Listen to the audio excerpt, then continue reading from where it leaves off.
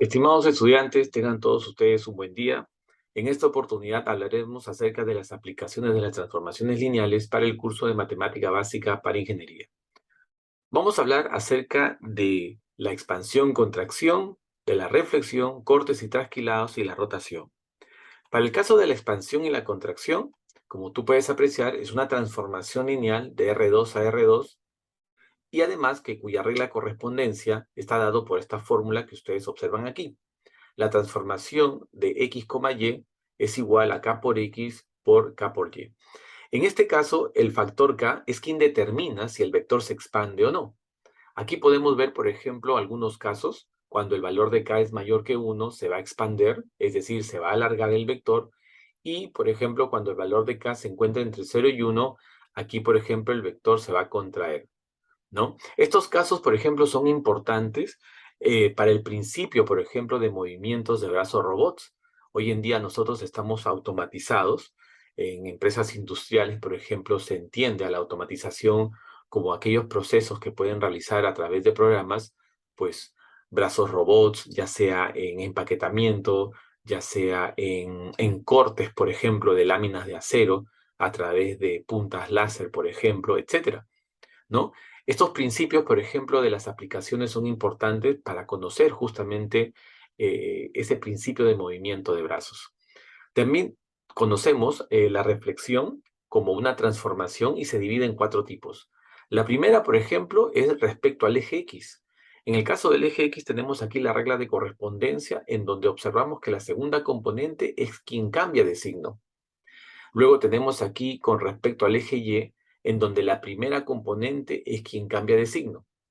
Estos cambios de signo van a permitir justamente que el vector se desplace de una manera distinta.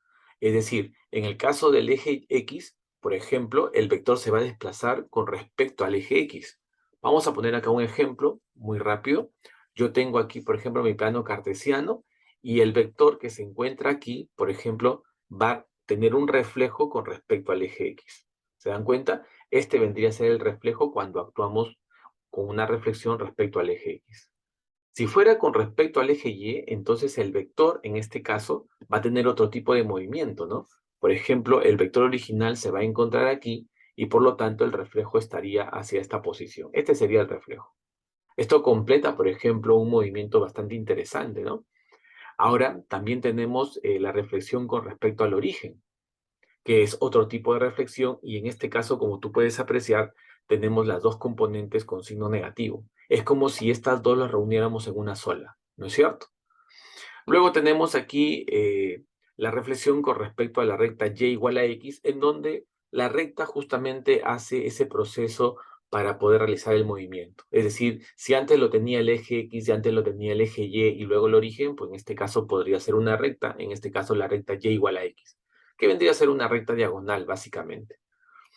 Luego de esto, jóvenes, tenemos, por ejemplo, los cortes y trasquilados. Este tipo de transformaciones, por ejemplo, se deben al alargamiento que puede tener ciertos vectores en determinado eje, ya sea en el eje X o ya sea en el eje Y, ¿no? Estos de aquí se denominan, por ejemplo, corte a lo largo del eje X con factor K. Justamente ese factor K es quien me va a determinar si es que el movimiento del vector va a ser hacia la derecha o va a ser hacia la izquierda, ¿no? Yo tengo, por ejemplo, aquí un plano cartesiano. A ver, déjame aquí ordenar. Acá yo tengo, por ejemplo, mi plano cartesiano, el eje X, acá está el eje Y. El vector, por ejemplo, puede estar aquí, por ejemplo, o la figura en todo caso. Y este vector podría desplazarse, por ejemplo, hacia este lado, sin tener un movimiento hacia arriba, como tú puedes apreciar. ¿Ves? No se movió hacia arriba ni se desplazó hacia abajo, se mantuvo, digamos, en la misma línea, pero se desplazó hacia la derecha. Esto es básicamente cuando se trata de un corte a lo largo del eje X, por ejemplo. En el caso de corte a lo largo del eje Y, es cuando nosotros, por ejemplo, tenemos el caso en la que un vector, por ejemplo, en su estado inicial, ¿no? Podría desplazarse, por ejemplo, así, hacia arriba, ¿no? Mira la diferencia entre este y este. El desplazamiento aquí es horizontal, que podría ser hacia la derecha o hacia la izquierda, dependiendo del factor de K, si es positivo o negativo. Del mismo modo aquí también, ¿no? Se podría desplazar hacia arriba o hacia abajo, dependiendo del factor K. Si el factor K es positivo, va hacia arriba, y si el factor K es negativo, iría hacia abajo. Son movimientos que, complementándolo con lo que ya hemos descrito anteriormente, hacen posible, por ejemplo, el movimiento total en cualquier situación de un plano cartesiano, ¿no? De una situación de R2. Luego tenemos también el de rotación, que justamente hace posible de que un vector rote, ¿no? Es decir, por ejemplo, si yo tengo acá un vector inicial con coordenadas x, y, como tú puedes apreciar aquí, o un punto, entonces este vector, si yo lo quiero trasladar mediante una rotación hacia otro lugar con un, digamos, con un ángulo teta de por medio, entonces podríamos hacerlo. Pero aquí, por ejemplo, la regla de correspondencia ya suele ser distinto. Como tú puedes apreciar, la primera componente viene a ser x coseno de teta menos y seno de teta, y la segunda componente vendría a ser x seno de teta más y coseno de teta. ¿Te das cuenta? Entonces, aquí, por ejemplo, los vectores se van a mantener iguales en tamaño, en norma, en longitud. Sin embargo, el vector podría girar convenientemente y dependiendo también de lo que uno desea en realidad, ¿no? Todos estos movimientos o aplicaciones de las transformaciones lineales sirven, por ejemplo, como principio para poder optar el movimiento de un brazo robot. Vamos a poner aquí un ejemplo rapidito. Yo tengo aquí un brazo robot, por ejemplo, que cumple ciertas funciones. Yo tengo, por ejemplo, aquí un sistema de referencia que podría ser, por ejemplo, la base, y yo tengo aquí, por ejemplo, un vector.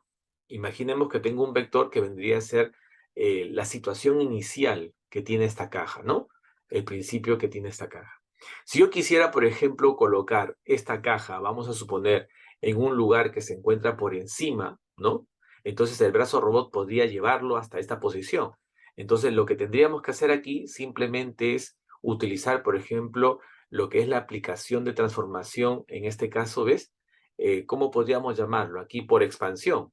Es decir, alargaríamos el vector y podríamos llevar esta caja hacia esta posición. Con un software que de alguna u otra manera pueda leer este brazo, ¿no? De alguna u otra manera llevaría esta caja justamente a esta posición. O si quisiéramos, por ejemplo, otro caso, por ejemplo, nosotros quisiéramos llevar esta caja, por ejemplo, hacia este lado. ¿No? No queremos que esté aquí, sino que queremos que esté en este otro lado.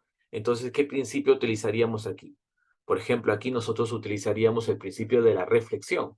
¿Pero qué tipo de reflexión? La reflexión con respecto al eje Y, ¿no? Porque ustedes pueden apreciar aquí que se está reflejando con respecto al y esto podría girar y llevar la caja hacia esta posición. ¿Ven?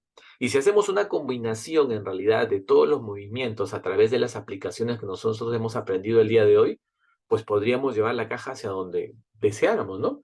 Podemos dejarlo aquí, podemos darle un giro, podemos subirlo, podríamos bajarlo, pero todo eso gracias a una acción en compañía, lógicamente, de la tecnología, ¿no? De un software sofisticado que permita justamente hacer de este brazo robot pues una utilidad para una empresa, para una industria. Lógicamente que el hombre estaría como un medio supervisor de que todo esté en movimiento, ¿no?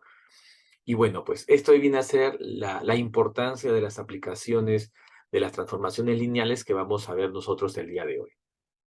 Muy bien, jóvenes, muchas gracias a todos por su atención y ya nos estaremos viendo pues en una próxima oportunidad. Un abrazo.